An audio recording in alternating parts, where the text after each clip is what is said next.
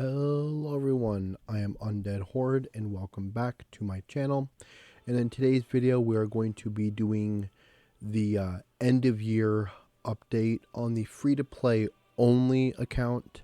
Initially in my main video I said I was going to do all the rest of the account in one video, but I do feel as if the free-to-play account deserves its own standalone, technically being a much bigger account and it having the chance of growing much faster than the other couple of accounts there, and I tend to have a little bit more focus on this account than I do the other accounts, and so I want this to be kind of treated a little bit differently and better.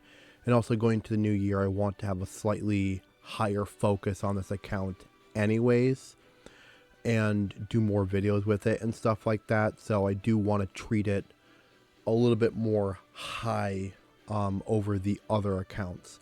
So just like the very first video that I did on the main account, I am just going to go through and I'm just going to talk about every single aspect of the account, where I'm at, and then what the moves are for the next 2 months.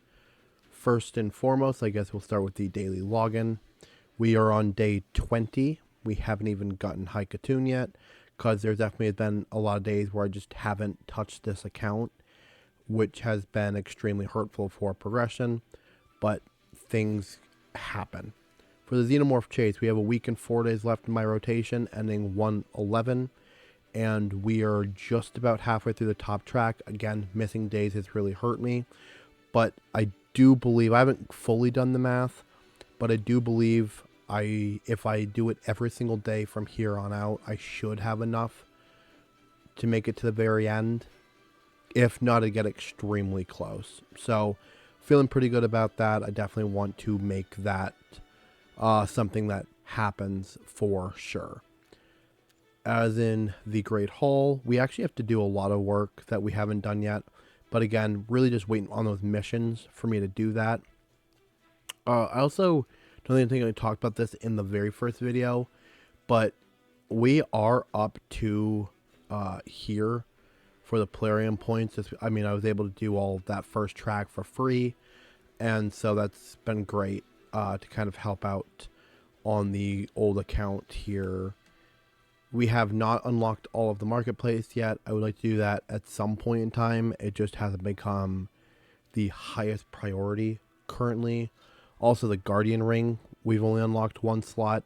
These are things that I would like to seriously start working on a bit more often. And the Gem Mine has no unlocks to it yet. So these are things that are definitely going to become slightly more priority than what I have been putting a focus on them as of recently.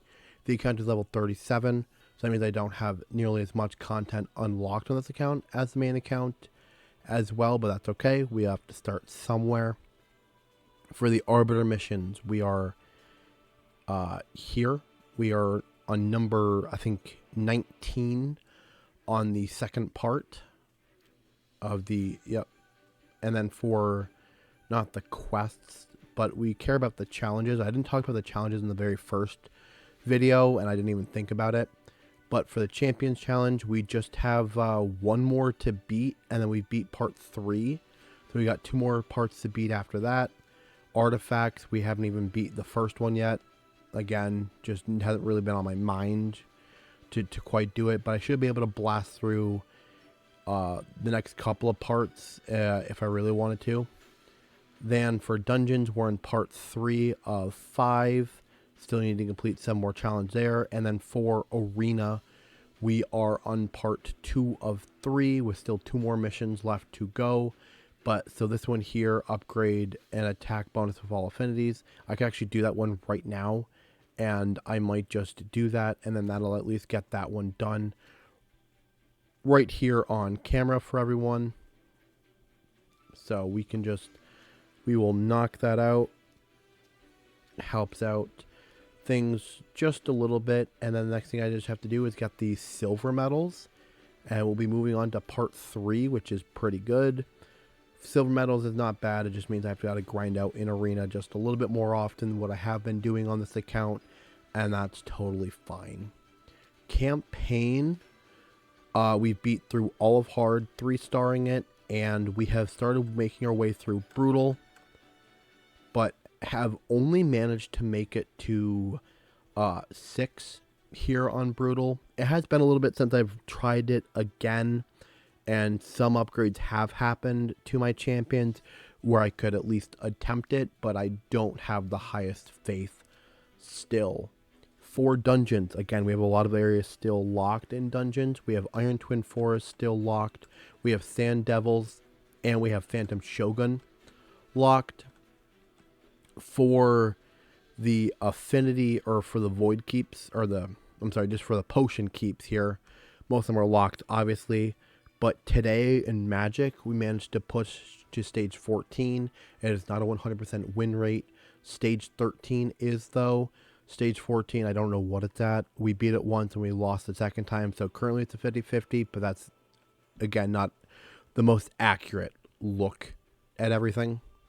And then Arcane Keep, we actually pushed a little bit further today, being able to beat up to 16, which is pretty good. I'm sure if I pushed on the other ones here, I could make it somewhere in the realm of, I would say, 13, 14. For Ice Golem, we are up to stage 10 consistently. Again, new upgrades. I might be able to push for 11, but I don't. Maybe a little bit higher, but it's not like I did anything major upgrade wise. It's just been a couple of like ascensions and things like that, so I don't think that's really enough power to push too much further.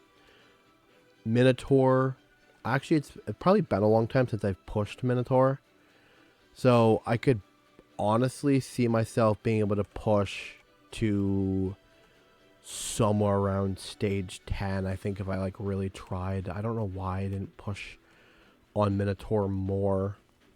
Well, actually, I'm going to do a quick cut here and see how much further I can push in Minotaur and see what actually ends up happening here. All right, so I'm back, everyone. That took a little bit longer than I thought it was going to take, but it's okay.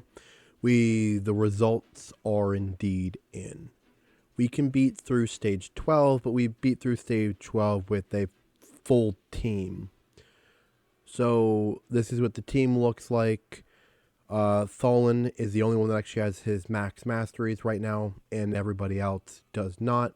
So I do need to slowly grind through and get them completed. But again, it's one of those situations where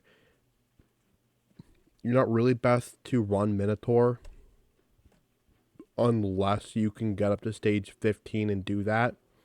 But also you have to be able to bait through stage 15 with, what, 1 champion, so you can run 4 foods behind him. I don't know. But I can at least beat up to there if I ever feel like grinding out any type of Minotaur in the meantime for anything. Spider's Den, up to stage 7. I semi-recently tried to push stage 8 with this team, but Elhain was 1 level behind. So, like, she was 1 star behind. She was only 4-star maxed. And now she's pushed up to 5-star almost max. I'm sure there's something I could do, get rid of this, put in the Ugo, and I might be able to. I have to fudge around with the team a little bit. I'm guessing, based off of where I land inside of my Undead Horde account, and I could sit here and test this. I apologize that I didn't even think about this, but it's getting really late. I wanted to record the video and get it out there. If I really sat down and like really tried to push for it, I might be able to get up to beat stage 9, but it'd probably be either inconsistent being through stage 9 or maybe long times on 10 would be like my best guess right now. Dragons were up to 10. I would like to be able to push for 13. And Fire Knight's Castle, we pushed Fire Knight's Castle today. We capped out at 8. So that's not bad. It's been a little bit since I've pushed dragons as well. There has been some additional upgrades to the account since then. This was the last team that I ran on it. There's definitely some upgrades to be made with the Ugo and possibly even the Rector Drath, but she has no artifacts, I believe, on her. So there's definitely some work to be done there as well, but I need to have something for me to strive towards right now, because I've actually did kind of like quite the push on this account that I did not expect to do. I have not touched faction wars at all because honestly I don't have very many members to push faction wars with, so it doesn't feel overly worth it for me to attempt. But I could try and build up a couple of like rares and stuff like that just to have in the wings to push for it. It just doesn't feel like it's overly worth it as of right now. Right now, the goal would end up being able to push for more 6 stars just across the account. For the arenas, I do have to go in here. I'm at bronze 2, so I'll be pushing for silver here soon so I can beat that one mission. And I don't think I've touched tag. So I'll have to sit down and try tag at some point in time, again like I do in other accounts. Haven't unlocked any other content beyond the clan bosses here. I have not run clan boss. Oh, yes, I did. I'm out of keys. Oh, this is free to play. So this is what we did. We're at 4.42 on easy, and on normal we're at 2.59. So not bad. And Chimera, we have not pushed Chimera yet. I will end up doing that today at some point in time, but I don't expect very much from the results, if I'm going to be pretty honest with you guys. The condition of the champions. This is like the biggest thing that's obviously on the account that people care about, is what do the champions look like. Really just going to try to do a big ignoring on the artifacts because I don't have very many. And I also haven't grinded out too much on this account, so a lot of this is just free artifacts I've gotten with a little bit of grinding. So a big thing is trying to push for as high stage as possible and just grinding on those stages for 5-star artifacts. And also pushing for tournaments to get the artifact rewards is kind of the goal in that regard. While trying to move along and start 6-starring pretty much everybody here except for the War Priest. I would like to get up to 6-star. Now, there's some that's going to be way more on the back burner than others, but we'll talk about that. So, obviously, Tholen is our starting kind of champion here for this account. He's my first 6-star. We actually just got him these extra 3 stars of Ascension today. So, for the longest time, he was actually only on 1-star Ascension. So, he actually hit a massive grind today to get the next 3, which is pretty good and is going to end up being very useful. There are his masteries. His skills have no upgrades to them. And obviously no relic. We have the Ugo. The Ugo has most of the skills done, or like maybe 3/4 of the way there with the skills. We need about 8 more books. And then max to masteries. No relic, obviously. And nothing great to look at there. To Hanorach is nothing touched on the skills. And here's where we at with the masteries. Needs a lot of work. The Samar, nothing for masteries done. This is what we're looking at for artifacts. Really gross, but he's just kind of testing out. And obviously nothing. For the legendaries, I've got 4 on the account. The first one to get all the books will be the Fallen. The second one on the account to probably get all the books, or to get books, would be to Hanorach. As of where I stand right now, that's the plan. So it'll go to Hanorach, then it'll go Xenomorph, and then it'll go Samar, as long as I don't get any other legendaries before that. That would take higher priority. For the epics, epics would be completing Ugo. I think at least just completing the A2. I don't think you have to worry nearly as much about the A1. Obviously, since it's really just a damage increase on the A1, I'm not going to really worry about it as much. So if I can manage to actually book out the rest of the A2, and I have some space left over on the A1, I'll probably just stop booking from there and just worry about it later on. And then it's kind of really hard to say between these three here. Rectodrath, Tagar, and Venomage, or Tagore and Venomage. Really just weird between these three about who should get the books next. Honestly, that just might have to be like a comment down below and let me know your guys' opinions on it, because I really don't have much of an understanding right now. Venomage could be really good having the books for Clan Boss, if that's something that I really want to push. But I also I'm not really in a very active clan right now. It is my own clan that I made specifically for free-to-play accounts, so if you want to join it, please join. Especially if you're going to be active members on the account, that'd be huge. But so it's like one of those things where it's like I can only do so much clan boss by myself, but I'm probably not gonna get any double rewards anytime soon or things like that. So it's like not the biggest thing in my mind to have to worry about. And I don't know how good Venomage really is. I mean, there's other content where like poison is good to have. Could be very good in Dragon, and I think good for Ice Golem normal. So there's definitely some use for Venomage there, but Rectodrath is just like way more useful across the board with like the revive and everything. So I honestly might just stick with the Rectodrath as the next one. I mean, you got the revive, you got the turn meter increase, the perfect veil, you got the heals, again with another perfect veil and continuous heal. There's just so much that she does. Also, having the decreased attack is just generically very good. But then Tagore is also always in the running as a thought process. So I really would have to look it up and see genuinely what is the best. Oh, he's a reviver with all dead allies with a, I don't know. I really don't know. You guys will have to let me down below genuinely who is better. I'm just not there to truly know. And I guess, I mean, put down below who's better and as to for like why, like where my account standing is. So at least I have an understanding of where the choice is being, like why the choice is being made. Much appreciated. I do enjoy using Lightsworn. Lightsworn has been phenomenal for Fire Knights, but that's really the biggest kind of thing that he's done on the account so far that I can like physically see. And so I want to push him to 5-star. So I'm gonna go through all the champions. I want to push to 6-star and then push to 5-star.